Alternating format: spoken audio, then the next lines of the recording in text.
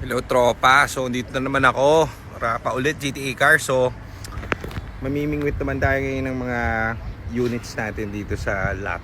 Bumalik ako dahil may bagong mga salta rito. Sisipatin natin katulad na itong Ranger na to. Tignan muna natin kung may mga issue. Kasi pag may mga issue malala, ayoko. May mga madali lang, ang dami rito export. So pag kukuhanin ko to kapag ka all okay. So silipin natin lahat ng mga unit natin dito para mabusisi natin. Kasi yung huling ginawa ko dito, tanging ninakawan ng computer ba, kakabuisit eh. Ayan sila.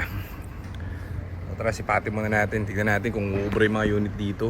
So unahin natin itong charcoal kasi yung charcoal natin doon na sold na. So parang mga 5 EcoSport natin doon na sold na. So sayang kasi yung parking doon. So kuha muna tayo sa lot para mabilis kasi may bagong timbre sa atin dito. Mag-iingat na tayo ngayon para hindi tayo mawala ng computer box. Tama, tinira yung computer box. Kaya ito. Wala na naman. Battery yan. Baka pwede ito jump start. Hindi, maganda yan. May karga. Tapos saka may jump start. Baka mag-short eh. Sir Joseph, nakapolo ka na ngayon. Oo nga eh. Iba na datingan mo ngayon. May mga bago ba, EcoSport? Ano yung nasa gitna? Nakuha na? Nakuha na yung nasa gitna? Kukunin pa lang. Check nyo mamaya. Yung bayad. Yung darating. Pwede no? Yung anong problema nung Ranger dun? Low power? Low Pero power. walang chicken dyan yan. Walang chicken. Low power, di transmission. Magkano yung pinapakawalan yan? Presyo sa amin parang 400. Tawaran mo na. Ha? 400? Tawaran mo na. Matic? Oh, Celtic. XLT. Low power, transmission yun, saka engine. 14. Itong Subaru na to, Yan, may chicken dyan din yan. magkano yan? Nasa 300 plus na ba? XB, yan pwede. Gumagana ngayon yan. 2013. Pero gumagana ngayon. Oo, maganda. O sige, paanda rin natin mamaya. Hmm. O, let's go. Tira. Ibrahin mo na. Mas sinong nakakalam dyan. Ikabit ka lang natin sa uwi. Sige, masok. Tama. Kaso mataas ata. Ilahin natin yan. Ilahin natin. Igigilid yan. Ilahin natin. Isa pang baterya dun eh. Yung sakto. Ano kalabas yun? Andyan yung ano na ito, no? Ayo. So, sipatin natin to kung anong code nito. Sipatin natin ang code. Mileage. Ilan? Pero maganda. 47. Thank you. Ito ang una ko napili kasi maganda. Uy, walang ABS ah.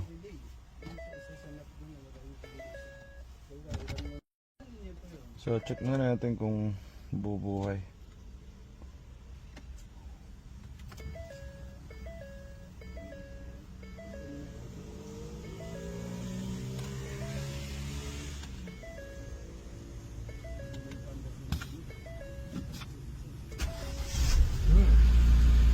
Uy, nabubuhay ah.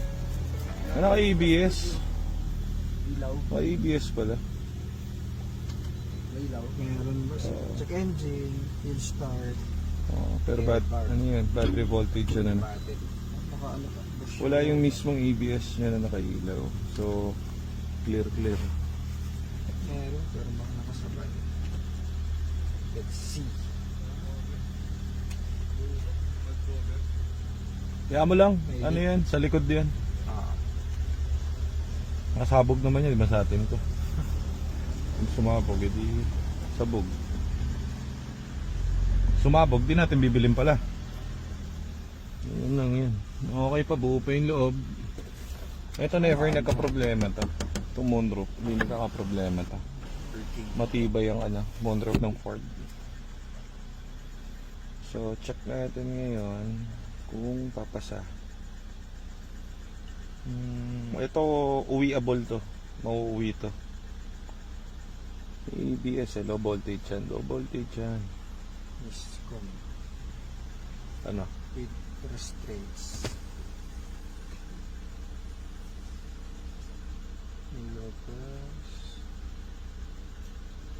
Sa PCM. transmission. Shift fork A. Oh, nakatrani pala to. Stop in gear 1. Pwede rin naman. Pwede rin. Sobra din. I-temp mo na to. I-temp mo na to tapos iwanan muna natin. Kumusta sir? Eto, Nakarami na. hindi naman. Wala, konti. Busy sa shop. May nagtimbre sa amin. Iba naman yung nagtimbre. Sabi, Kasi ano bago raw. Bago yun. Wala na yung dati. Andiyan pa rin. Doon pa rin naman. Hindi naman kami ni-message nun. Ay, hindi na kayo message. Oo, ewan ko. Ang mahal nun magbenta sa amin eh. Ha? Ang mahal magbenta sa amin nun. Sabi ko nga, patawarin mo lang yung